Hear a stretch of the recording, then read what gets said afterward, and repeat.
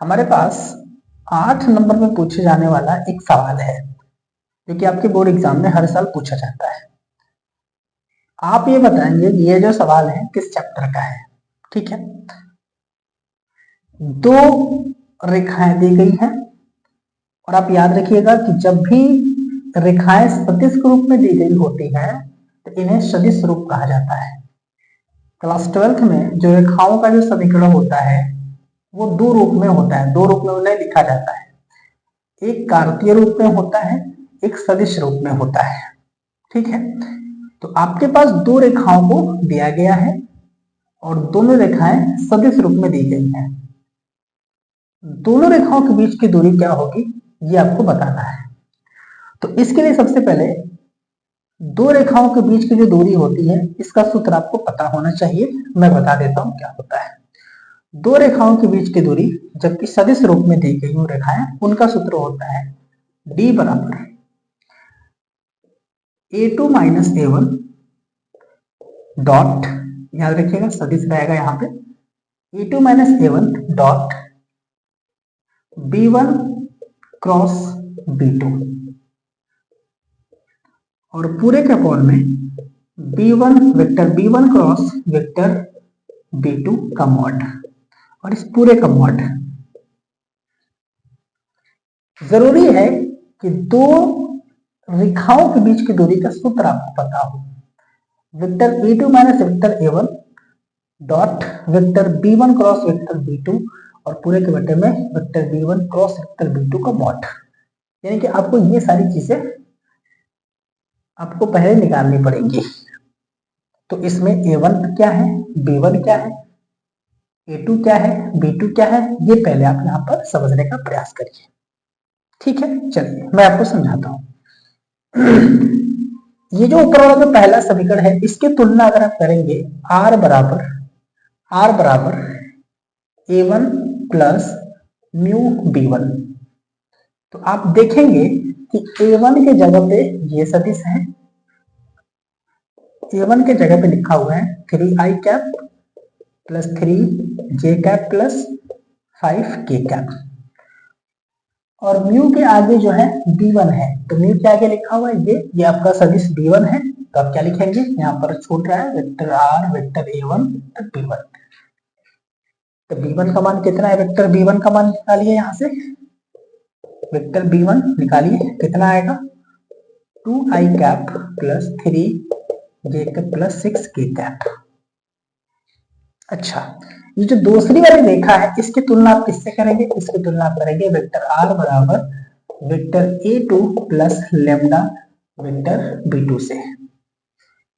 तो जब इस समीकरण की तुलना आप करेंगे तो आप देखेंगे कि वेक्टर a2 का मान क्या निकल कर आ रहा है, तो vector i1 plus 2j cap minus 4k cap और b2 का मान कितना आ जाएगा, वेक्टर b2 का मान कितना आ जाएगा, तो 2i cap minus 3j cap plus 6k cap. a1 निकल गया, b1 निकल गया, a2 निकल गया, b2 निकल गया। ठीक, अब आपको जरूरत है vector a2 minus vector a1, तो ये तो निकालने में कोई दिक्कत नहीं होगा। आप एक काम करिए, vector b1 cross vector b2 निकालिए, ये निकालना पड़ेगा आपको और ये निकालना बहुत ही आसान है। देखिए हम कैसे निकालते हैं। तो चूंकि vector b1 cross vector b2 ये निकालना है, तो इसके लिए क्या करेंगे, आप एक सारणिक का चिन्ह बना लेंगे। यहाँ पे लिख लेंगे i कैप, j कैप और k कैप। वेक्टर b1 कहाँ है, ढूंढिए वेक्टर b1 कहाँ है, ये रहा। तो i cap, j cap, k cap का गुणांक क्या है, 2 3 6, तो क्या लिख लेंगे 2 3 6। वेक्टर b2 कहाँ है, ये रहा वेक्टर b2, इसके गुणांक क्या है 2 माइनस 3 6, तो 2 माइनस 3 6। सॉल्व करना है इसको, चिन्ह आपको पता होगा प्लस माइनस प्लस होता है, तो प्लस का आई कैप, अंदर देखिए नीचे के एलिमेंट छूटेंगे, पीछे के एलिमेंट छूटेंगे, 3 6 18 माइनस 6 3 माइनस 18, तो प्लस 18 हो जाएगा।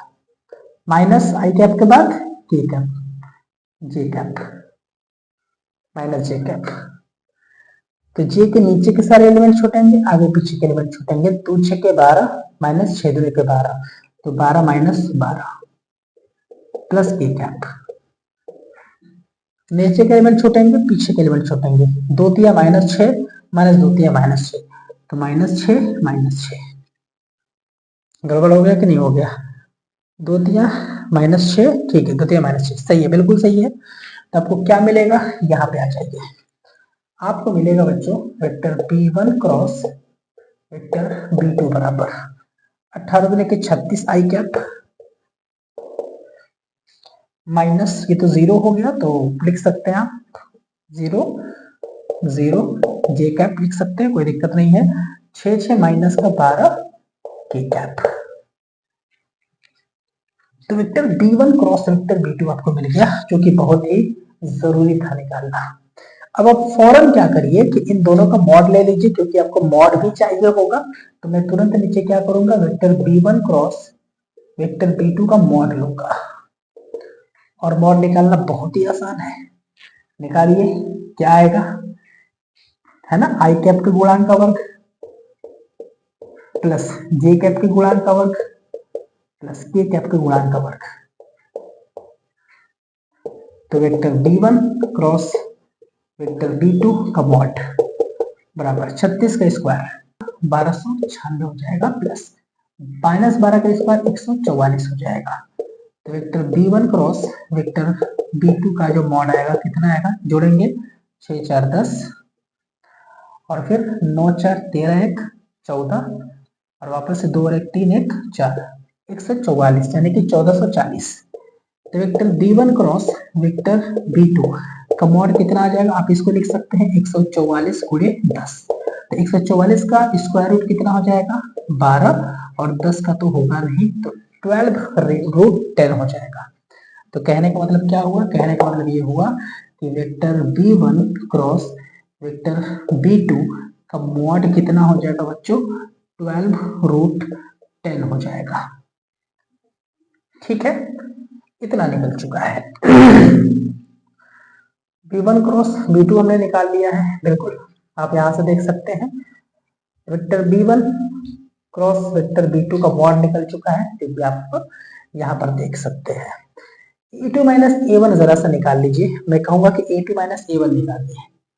ठीक है, तो चूंकि A2 माइनस A1 निकालिए तो कितना आ रहा है, देखिए कितना आ रहा है।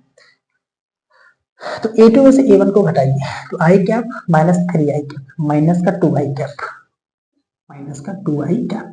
मैं डायरेक्ट लिख रहा हूं 2 माइनस का 3 माइनस का जे कैप माइनस का जे कैप माइनस का 4 के कैप माइनस का 5 के कैप, तो 5 और माइनस का 9 के कैप माइनस का 9 के कैप।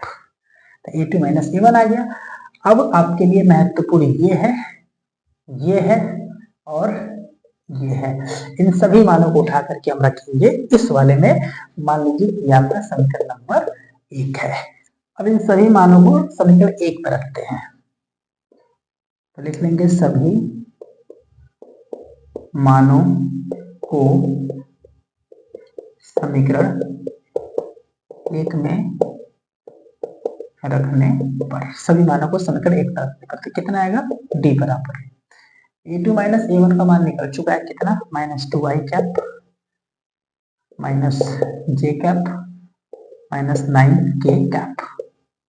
ठीक है, dot vector B1 cross vector B2 का मान वहां पे है 36 आई कैप माइनस 0 जे कैप माइनस 12 के कैप। नीचे क्या है बच्चों, vector B1 cross vector B2 कितना है, vector B1 cross vector B2 mod में कितना है 12√10, तो 12√10 आएगा। कोई दिक्कत नहीं है। अच्छा, अब आपको पता है कि दो सदिशों का अदिश गुणा हम कैसे करते हैं, डॉट प्रोडक्ट कैसे करते हैं। आई वाले के आई वाले में, जे वाले का जे वाले में, के वाले का के वाले में। मॉड लगाना हम भूले हैं, तो यहाँ पर मॉड लगा लेंगे। अच्छा, सॉल्व करिए। तो 36 दुना के माइनस का 72 होगा, माइनस का 72, जे तो 0 हो जाएगा, तो आप प्लस का 0 लिख सकते हैं, कोई दिक्कत नहीं है। इन दोनों को अगर आप सॉल्व करते हैं तो माइनस माइनस प्लस 12 नवा 108, तो प्लस का 108 होगा। नीचे क्या है आपका, नीचे 12√10 है, मॉड लगाना नहीं भूलेंगे, बराबर 108 में से 72 को घटाना है, तो 8 में से 8 में से 2 जाएगा 6, 8 में से 2 जाएगा 6, और 10 में से 7 जाएगा 3, 36 बटे में 12 करड़ी में 10, 12 3 36 होता है, यहाँ पर 3 बार में कट जाएगा। तो जो आंसर आने वाला है बच्चों, वो आने वाला है D is equal to mod of 3/√10। ठीक है, तो मॉड अब हटा दीजिए, कोई दिक्कत नहीं है, मॉड हटा दीजिए, तो D इज इक्वल टू जो आंसर आएगा वो आ जाएगा 3 बटे करड़ी में 10। या आप ऊपर नीचे अगर 10 से मल्टीप्लाई कर देते हैं, √10 से मल्टीप्लाई कर देते हैं, तो वैसे उसकी जरूरत नहीं पड़ेगी, इतना मात्रक हो जाएगा, इतना मात्रक हो जाएगा, ये आपका आंसर हो जाएगा कितना, 3 बटे में करड़ी में 10, 3 बटे करड़ी में 10, ये आपका बच्चों क्या हो जाएगा, इस सवाल का जवाब हो जाएगा। मुझे उम्मीद है कि सवाल आपको जरूर समझ में आया होगा। मोस्ट इंपॉर्टेंट सवाल है, आपके बोर्ड एग्जाम में जरूर पूछा जाता है। आप जरूर बताएंगे कि ये जो सवाल है किस चैप्टर का है। हालांकि सवाल यह 8 नंबर में आता है। मुझे उम्मीद है कि सवाल आपको जरूर समझ में आया होगा।